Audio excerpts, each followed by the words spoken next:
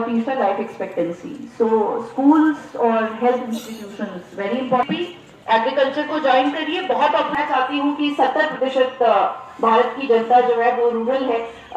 कोई opportunity JNK में खुली है HADP के द्वारा, तो उसको ज्वाइन करें, उस मुहिम को ज्वाइन करें, ताकि आपकी जो सालाना इनकम है उसमें वृद्धि हो। और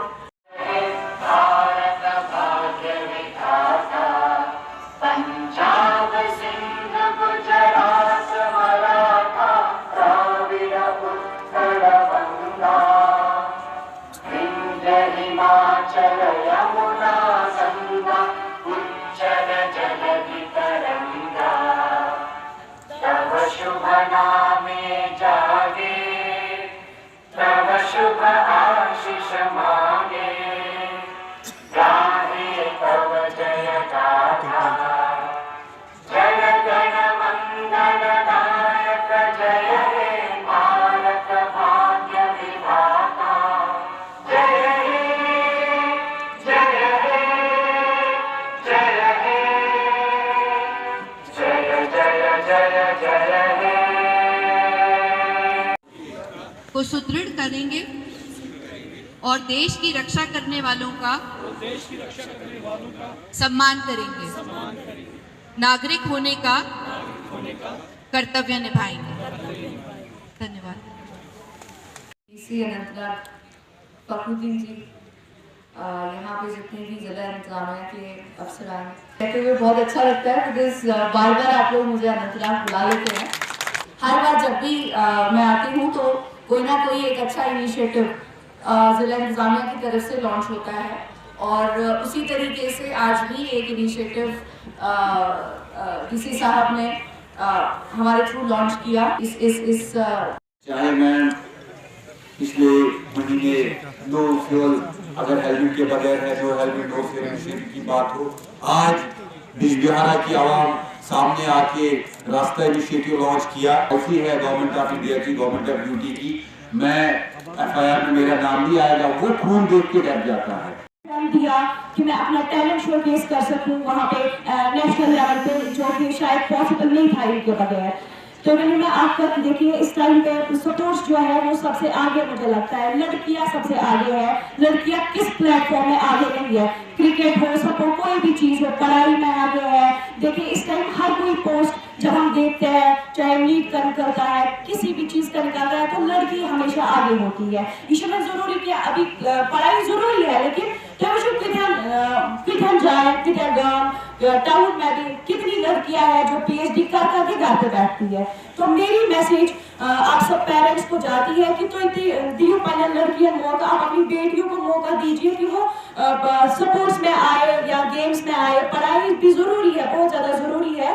तो विंकेस जो फेम भी है, गेम भी है, सारा कुछ पॉजिटिव जो सोरी जो गेम या स्पोर्ट्स में सारा इम्पोर्टेंट चीज जो वो है फिजिकल फिटनेस। एक बच्चे की फिटनेस रहती है, मेंटली फिजिकली फिट रोजन गेमों से। तो आप उनको मौका दीजिए कि वो आगे जा सके, जिससे कि वो अपने कंट्री का, अपने जम्मू कश्मीर का नाम रोशन कर सके, इंडिया का नाम रोशन कर सके।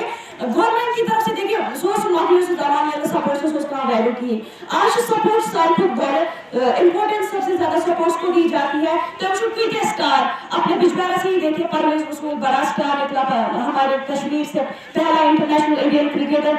आप देखिए मिथाली राज, स्मृति मंदाना, कितनी लेडीज क्रिकेटर है। बच्चस माजन ये ज्यादा पेरेंट भी बच्चस गुजारिश करन ये कि आप मैसेज तो इतना ये तुम बजन टैलेंट लड़की लड़के मतलब अगर सपोर्ट्स इन्वॉल्व किया कत गलत ख्याल कत नेगेटिव ड्रग्स कत कश्मीर मज आम, तो सपोर्ट्स की वजह से वो सारा इंसान मतलब उस सबसे दूर रह सकता है।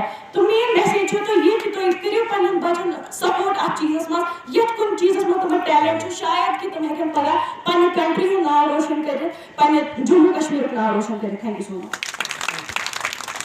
इससे पहले नो पेट्रोल नो फ्यूल, और उसकी खुद माननीय लेफ्टिनेंट गवर्नर साहब ने भी कहा कि अनंतनाग, और अनंतनाग के लिए आज क्या कहेंगे आप?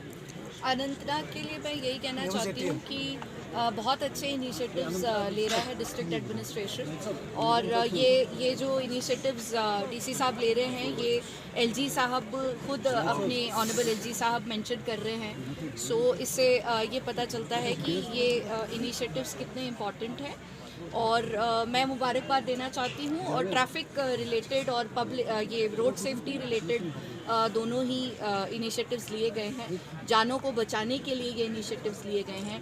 जो नो हेलमेट नो पेट्रोल का इनिशिएटिव था वो भी, और अब जो रास्ता जो इनिशिएटिव है वो भी, ताकि फर्स्ट एड जल्दी से जो एक्सीडेंट अगर किसी का होता है उसको मिले। तो दोनों ही रोड सेफ्टी और जान बचाने के लिए गए इनिशिएटिव्स हैं, ह्यूमैनिटेरियन इनिशिएटिव्स हैं, और इससे लोगों में एक कॉन्शियसनेस आएगी एक दूसरे की मदद करने की, और रोड सेफ्टी को लेके भी कॉन्शियसनेस आएगी, जो बहुत इंपॉर्टेंट है, क्योंकि बहुत सारी जानें एक्सीडेंट्स, रोड एक्सीडेंट्स की वजह से जाती हैं।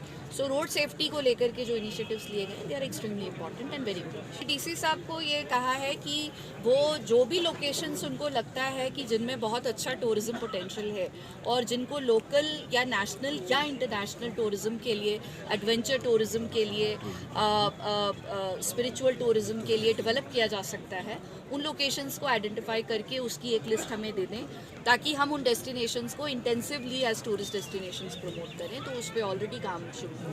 Great success. What else would you like to add? Sorry?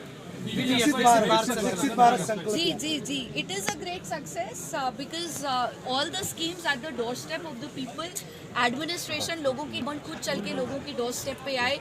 ये हमारे माननीय प्रधानमंत्री जी की इच्छा थी, और इस मुहिम को इसीलिए चलाया गया था ताकि जितनी भी सरकार की स्कीमें हैं, और सभी के लिए हैं, बच्चों से लेके महिलाओं के लिए, बूढ़ों के लिए, यूथ के लिए, सभी के लिए सरकार की बहुत अच्छी स्कीम्स हैं, उनका अच्छे से लोगों को पता चले और उसका वो भरपूर फ़ायदा उठाएं।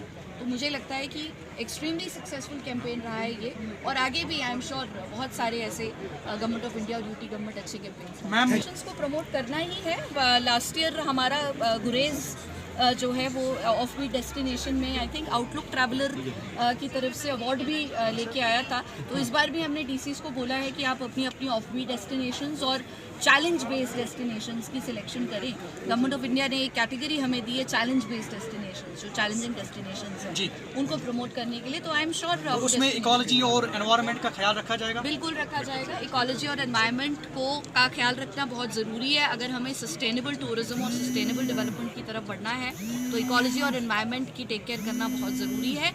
And as commissioner secretary tourism जितना भी रिव्यू मैंने अभी तक लिया है, जितनी भी अथॉरिटीज़ का रिव्यू लिया है या जितनी भी एरियाज़ का रिव्यू लिया है, मेरा सबसे पहला सवाल उनसे ये होता है कि आप अपने सॉलिड वेस्ट और लिक्विड वेस्ट मैनेजमेंट के लिए क्या कर रहे हैं। आप नेचुरल एनवायरनमेंट्स को और सराउंडिंग्स को गंदा तो नहीं कर रहे हैं, और जो हमारे सुंदर इलाके हैं उनकी खूबसूरती बरकरार रहे और वो गंदे ना हो, लिटर ना हो, उसके लिए हम क्या स्टेप्स ले रहे हैं। सो हमारा पूरा एम्फेसिस है कि इकोलॉजी और एनवायरनमेंट की सस्टेनेबिलिटी को ध्यान में रखिए ही हम टूरिज्म।